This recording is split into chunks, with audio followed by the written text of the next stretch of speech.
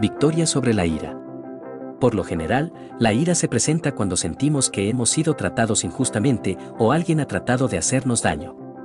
También puede ser que nos enojamos cuando hemos sido contrariados y casi siempre creemos tener la razón.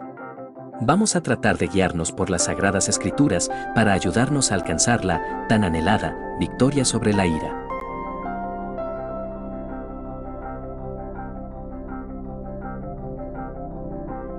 Veamos lo que dice la palabra de Dios en Mateo 5:41. Y a cualquiera que te obligue a llevar carga por 1 milla, ve con el 2. No hace falta ser un erudito bíblico para entender que este versículo echa por tierra el razonamiento que está bien enojarnos cuando tenemos la razón o cuando nos hacen mal o se portan injustamente con nosotros. Asimismo, debemos tener bien claro que Dios no necesita que nosotros lo defendamos a Él o a su obra, porque Él es suficiente para todo.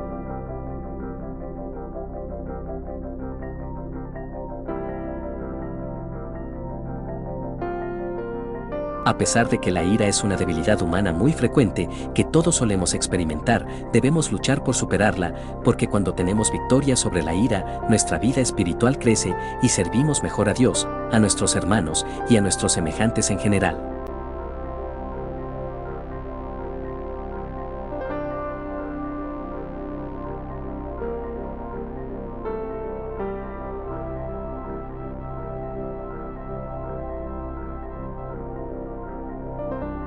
El enojo es un mal consejero. Con bastante frecuencia, oímos que no debemos actuar cuando estamos enojados. El ejercicio de respirar profundo y contar hasta 10 es muy conocido, pero muy pocas veces lo ponemos en práctica.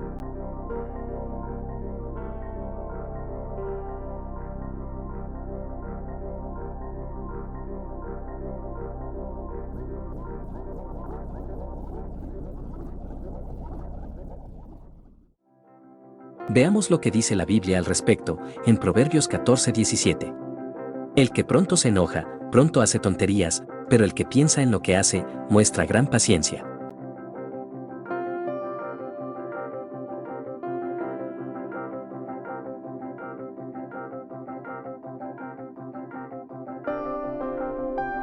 La verdad es que es muy fácil decirlo, no debemos responder cuando estamos enojados, pero en el momento del enojo se nos olvida todo. Por lo tanto, tenemos que ejercitar la paciencia para lograr el dominio propio en aquellas situaciones donde se nos presenta la ira. No debemos responder cuando estamos enojados. Si ponemos en práctica esta premisa, nos daremos cuenta que nuestro comportamiento será muy distinto cuando estamos calmados. Tampoco debemos actuar bajo la motivación de la ira, porque estaríamos en riesgo de estar actuando por venganza o sentimientos inapropiados. Tenemos que buscar orientación en la palabra de Dios, un sabio consejo y el ejemplo de lo que haría Jesucristo en situaciones similares.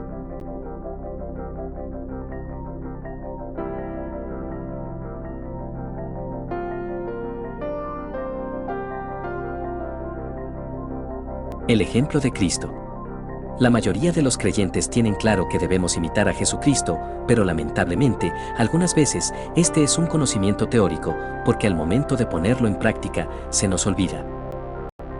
De acuerdo a las Escrituras, debemos imitar a Cristo, quien no tuvo pecado. De esta manera, tenemos que evitar el pecado que hacemos cuando estamos enojados, porque ciertamente, la mayoría de las acciones hechas con ira son pecaminosas, independientemente de toda la justificación que tratemos de hacer.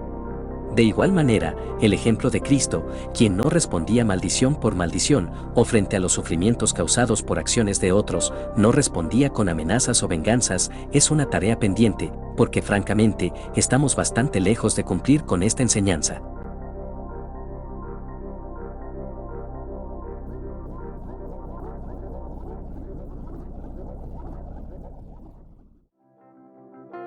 Vamos a revisar algunas cosas que debemos imitar de Cristo.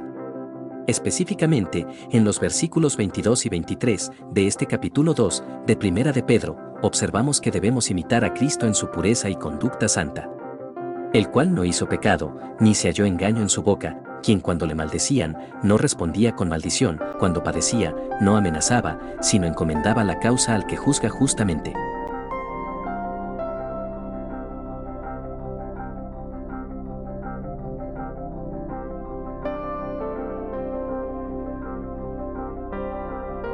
En conclusión, es urgente hacer algo para evitar los efectos indeseados de la ira, porque nos está haciendo mucho daño.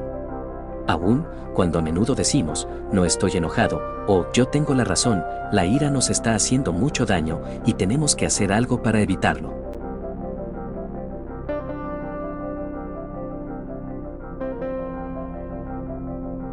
De igual manera, la ira detiene el avance de la obra del Señor, porque en vez de unirnos para servir al Señor, nos involucramos en peleas estériles, desviándonos del objetivo primordial de la Iglesia de Jesucristo y de la misión histórica que Dios nos ha encomendado.